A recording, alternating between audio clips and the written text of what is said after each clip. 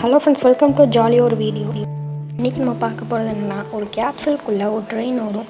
அந்த ட்ரெயின் பேர் வந்து ஹைப்பர் லூப் ட்ரெயின். இது வந்து 105 மீட்டர் லாங். அதோட இது 120 கிலோமீட்டர் பெர் ஹவர் ஓடும்.